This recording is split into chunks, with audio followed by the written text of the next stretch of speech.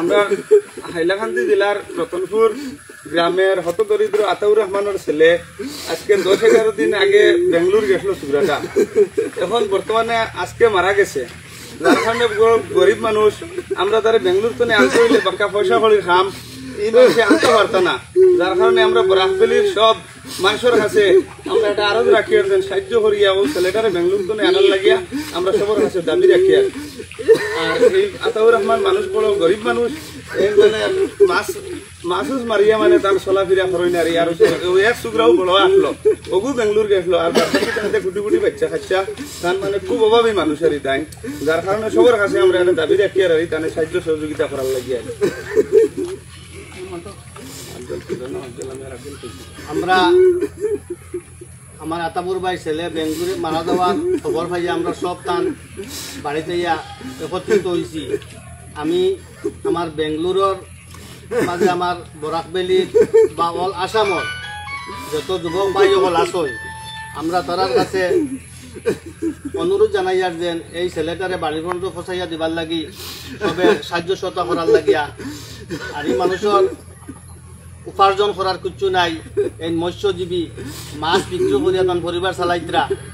আর আমি বিশেষ করে আমরা হাইলাকান্দির 3 কনস্টিটিউয়েন্সির 3 এমএলএর কাছে আবেদন রাখি আর আমরা গ্রামবাসীর তরফ থাকিয়া যেন আমরা এই আতাউর রহমানের ছেলেরে বেঙ্গলোর থেকে আনার লাগিয়া যত সাহায্য করার লাগিয়া। আর আমরা খাস করে আগলাপুর কনস্টিটিউয়েন্সির এমএলএ হাজি নিজাম চৌধুরী উনি অনেক গরিবের ছেলে বেঙ্গলোর থেকে গোয়ার পর্যন্ত উনার দায়িত্বে ফসাইয়া দিয়েছেন।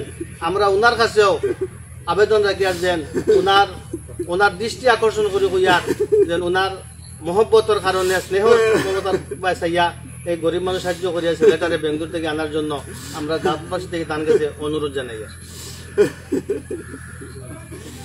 জনাব আতাউর রহমান সাহেবের ছেলে আফজল হোসেন নাম বেঙ্গলোর টাইম কর্মরত অবস্থায় মারা যাওয়ার কারণে আমরা খুবই মানে প্রত্যেকে সমবেদনা প্রকাশ করি আর যে অত্যন্ত দুঃখজনক একটা বিষয়। এই খবর খান পাওয়া সূত্রে আমরা আইয়া তানোর লগে আমরা সমবেদনা প্রকাশ করি আর এবং আমরা প্রত্যেকের কাছে ও কথাও আরজ করি আর যে আপনারা মেহরবানি করিয়া যাইন যেভাবে সাহায্য করলে এই বাচ্চাটারে বাড়ি পর্যন্ত আনিয়া খবরস্থ করা যায় এই সাহায্যর আমরা প্রত্যেকে হাত পাতাইলাম যাতে যে তাই তার ছেলেগুড়ে বাড়িতে নিয়ে মাটি দিতে পারোয়।